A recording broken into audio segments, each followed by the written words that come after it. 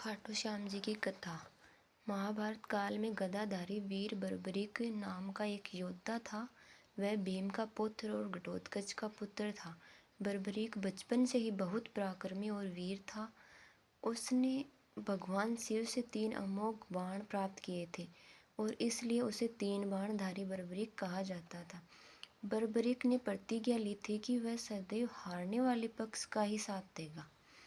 जब महाभारत युद्ध आरंभ होने वाला था तो वह अपने रथ पर सवार होकर कुरुक्षेत्र की ओर चला ताकि युद्ध में भाग ले सके।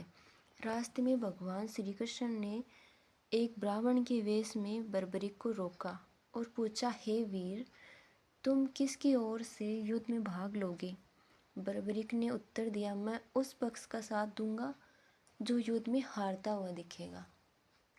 तो श्री कृष्ण ने परीक्षा ली और मुस्कुराते हुए पूछा, अगर दोनों पक्ष एक के बाद एक हारते और जीतते रहेंगे तो तुम क्या करोगे? तो बर्बरीक ने कहा, जब मैं बार बार पक्ष बदलता रहूँगा ताकि सदैव हारने वाले की मदद कर सकूं।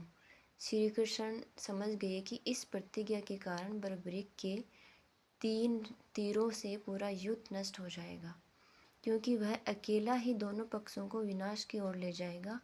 श्री कृष्ण ने तब कहा, बर्बरीक, यदि तुम्हें युद्ध देखना ही है तो पहले तुम्हें तुम्हारा सिर दान में देना होगा। बर्बरीक ने बिना संकोच अपना सिर श्री कृष्ण को दान कर दिया। श्री कृष्ण ने प्रसन्न होकर वचन दिया, हे वीर, कलयुग में तुम्हारी पूजा मेरे श्याम नाम से होगी। जो तुम्हारा नाम लेगा उसकी सभी इच्छाएं पूर्ण होंगी। तुम्हारा मस्तक खाटू धाम राजस्थान में प्रतिष्ठित होगा और वहीं तुम्हारी पूजा होगी। बर्बरीक का सिर युद्ध अंत तक एक पहाड़ी से युद्ध देखता रहा। युद्ध समाप्ति के बाद श्री कृष्ण ने उसे वरदान देकर खाटू गांव की रेत में स्थापित किया। बाद में वहां से यह सिर एक चरवाहे को मिला और राजा रूप सिंह चौहान ने मंदिर बनवाकर उसकी स्थापना की, जहां अब लाखों भक्त खाटू श्याम जी के दर्शन करने आते हैं। इनका प्रमुख उत्सव फाल्गुन मास की एकादशी यानी फाल्गुन मेला के अवसर पर मनाया जाता है।